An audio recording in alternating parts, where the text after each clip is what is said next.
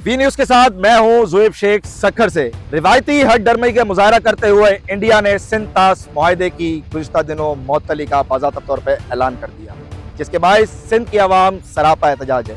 आइए जानते हैं इस रिपोर्ट में सिंध की आवाम का इस मुआहदे की मुअत्तली पर क्या रद्द-ए-अमल है।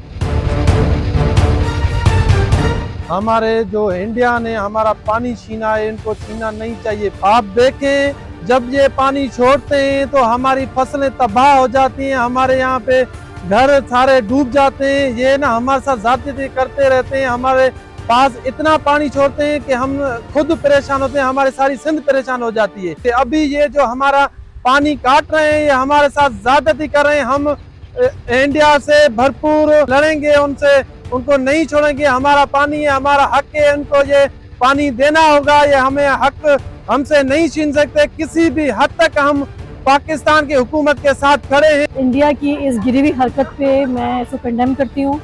और कल जो जिस तरह से इंडिया ने अपना मुनाफिकाना रवैया जो कि हमेशा वो दिखाता है, और जिस तरह से पाकिस्तान के ऊपर वो ब्लेम गेम करता है, उसने अपने आप को उस चीज़ में साबित कर दिया। और इंटरनेशनली ये किसी भी सूरत में सिंध तास मुआहदे को मुअत्तल नहीं कर सकते। बाबा देखो, जो इंडिया ने ये फैसला किया एक तरफा, इससे हमारी सिंध की सारी जमीन बंजर हो जाएगी। इस सिंध की जमीन हमारी धरती माँ है, इसके साथ नाइंसाफी कभी कबूल नहीं है हमें। अब पाकिस्तानी फौज को और पाकिस्तान की हुकूमत से मुतालबा करता है कि इनको आलमी अदालत में मुकदमा लड़ा जाए, ताकि सिंध की जमीन जो बंजर होने से बचे।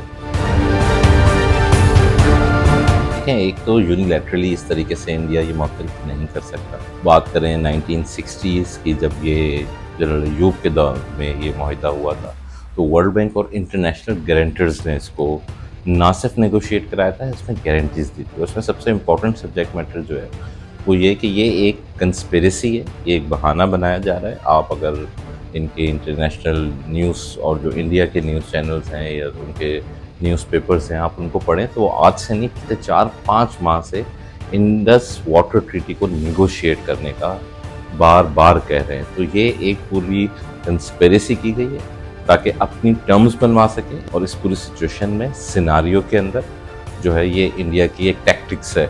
और इंशाल्लाह ताला पूरी पाक फौज के साथ 25 करोड़ आवाम खड़ी है।